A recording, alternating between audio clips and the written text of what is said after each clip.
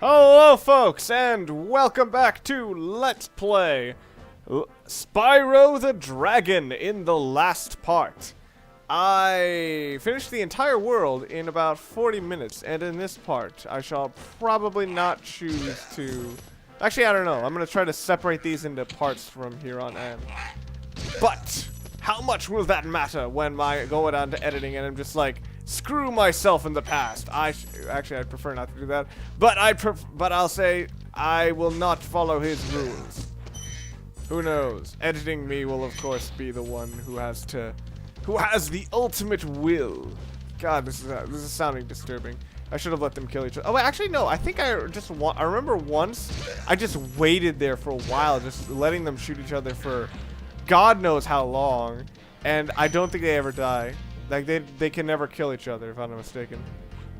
Yeah, some of these cannons can be used to shoot other things. You just gotta, like, ram them with your...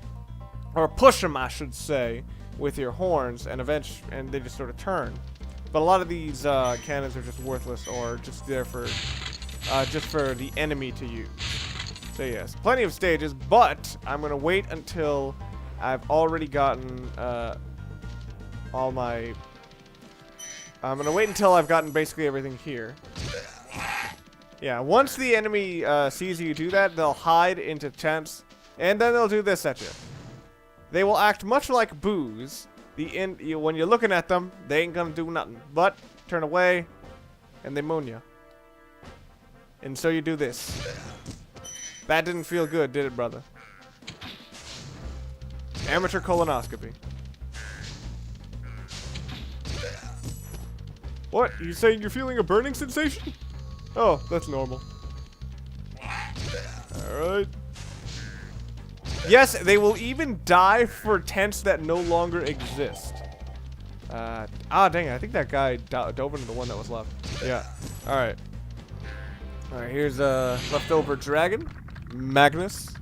He's from England, of course. Hi, Spyro. Sparks the Dragonfly has been doing a good job protecting you.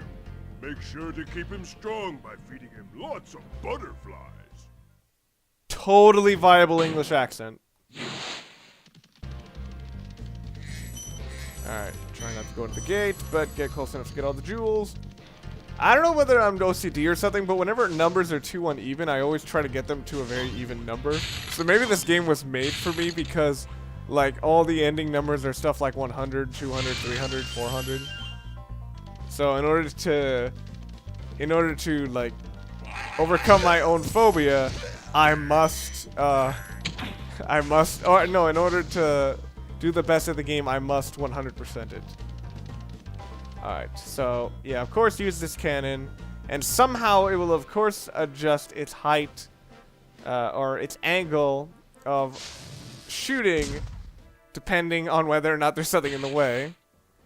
This is the primordial example. That one was fairly far away. Actually, even those chests in the background, you can hit those. Yep.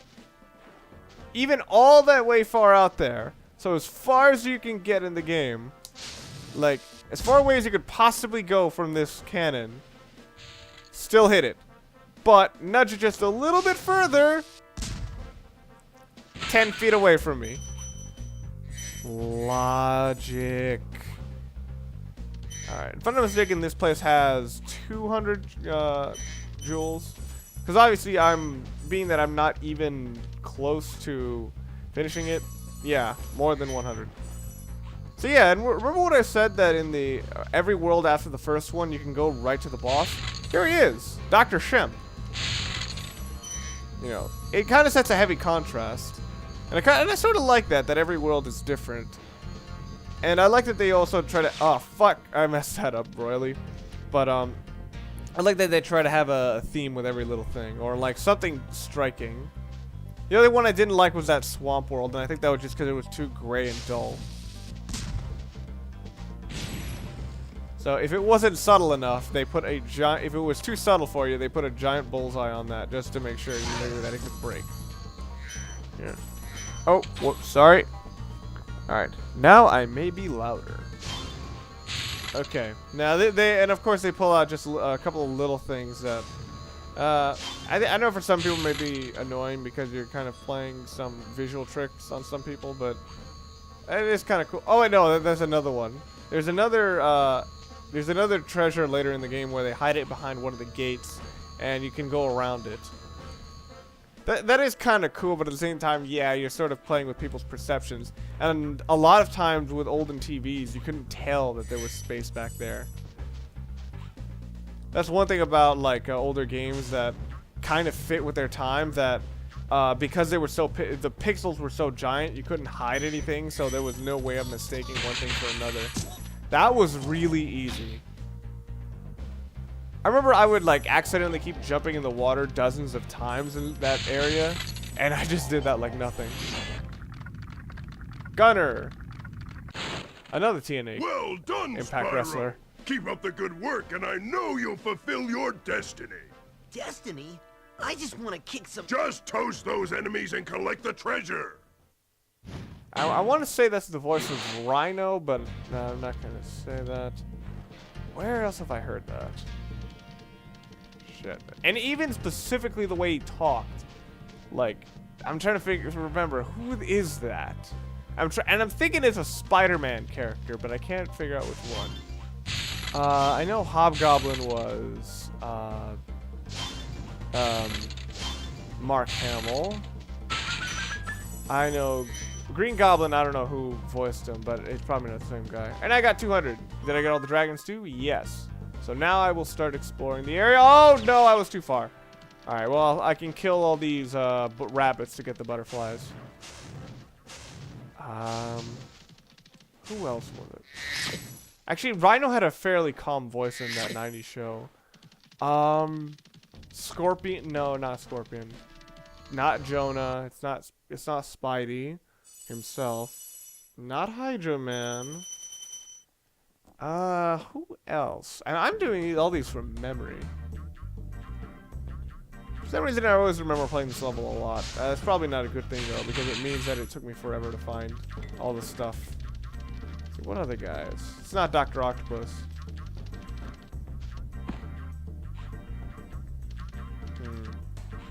Or who knows? Maybe it was just something I watched when I was younger, so it could be like Futurama. What the heck? Do I really have all this latent skill or something? Alright, so yeah. You just gotta make sure to dodge these guys' bullets. Yeah, I'm doing these a lot easier than I thought I was. I remember I had difficulty when I tried playing this game again, like a year ago or something like that. But yeah, this is pretty much a cakewalk. Alright. I did remember having some trouble adjusting myself to the charge mechanic, because I never realized how like stiff Spyro became after the charge, or during the charge, I should say. All right, Conan the Barbarian. Thank you for releasing me. Nope, it's O'Brien. Yeah, all the names that are associated with like tough guy historical figures are associated to that one voice actor. And all he says is, thank you for releasing me. I don't know whether this was an intended joke or something, but kind of fits. Alright. So yeah, I kind of like a lot of these visual gags too. Like this and Crash have so many little visual gags, and that was something I loved out of both of them. Like when characters die, their feathers fly off. If Crash dies, he has like 20 death animations. You can call that morbid all you want, but I think it's really cool. Boris Karloff? Dry Canyon rewards good gliders. You are a good glider, eh, Spyro? I was born to glide. Well, then perhaps it's Boris Grishenko, realized through the voice of Lex Luthor.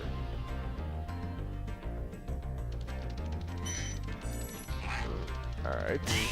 Well, into this little hidden section, and within the hidden section is a hidden section within a hidden section. It's a little tricky to guess, though, because you have to notice these 3 jewels. Or wait, was it this point?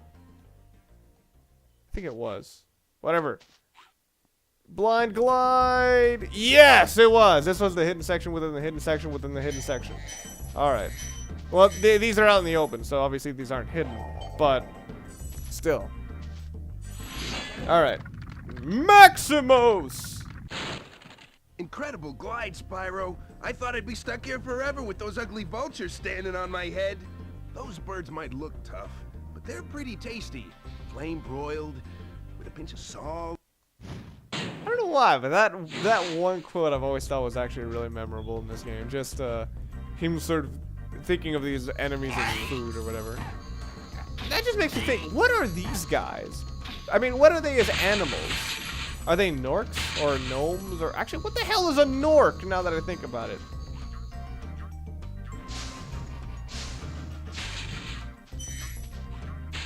Alright. No, I also have to wonder like how viable this game is as like a baby's first platformer. Or should I say newcomer's first platformer. Obviously with someone like me it worked well as a 3D platformer, but whoa, okay. But as like a first video game, yeah, I gotta say it's a bit on the unchallenging side, which I guess is sort of appropriate for newcomers because they're already having to overcome the challenge of an interface they are not aware of. But yeah, I actually do think this is fairly alright because like the mechanics are simple. This could have been, assuming the Sega Genesis could have carried this. This would not have been that hard to put on that. Although the camera controls would have been difficult, or the lack of camera controls, I should say. Because like you don't really need this camera that much. Like I don't think you ever use it that well, or I never did. I think this was intended for like exploring. Like you can find stuff. You know, somebody actually pointed out on my cutting through the hype review of Super Mario 64 that Super Mario 64 felt like a journey. And I could sort of see that, but my problem was it wasn't structured like one.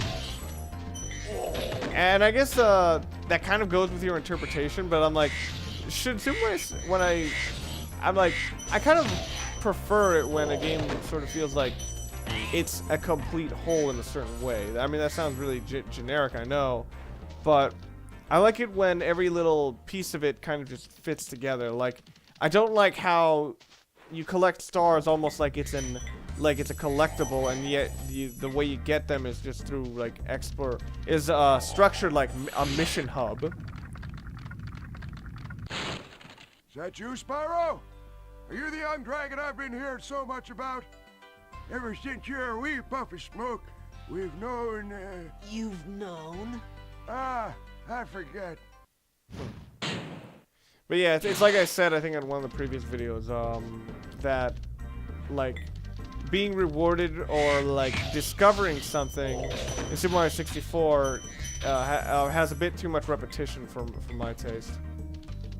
Like to be quite honest, Super Mario Galaxy, I think I already said this, that Super Mario Galaxy is the game I wanted when I saw the structure of Super Mario 64. Although something fun about Super Mario 64, and I think I pointed this out, is the fact that an aspect of its of the appeal of discovery is sort of in its glitches. I mean, it's fun to glitch in that game, and you know what? It's fun to discover glitches. It's engaging to know that you have discovered something that the programmers did not intend to have. So it's like the ultimate discovery, something that was never intended to be shown. Even if obviously like the whole fucking world at this point knows all the glitches to Super Mario 64. But then there's also glitches. Well, there's always glitches in every game ever.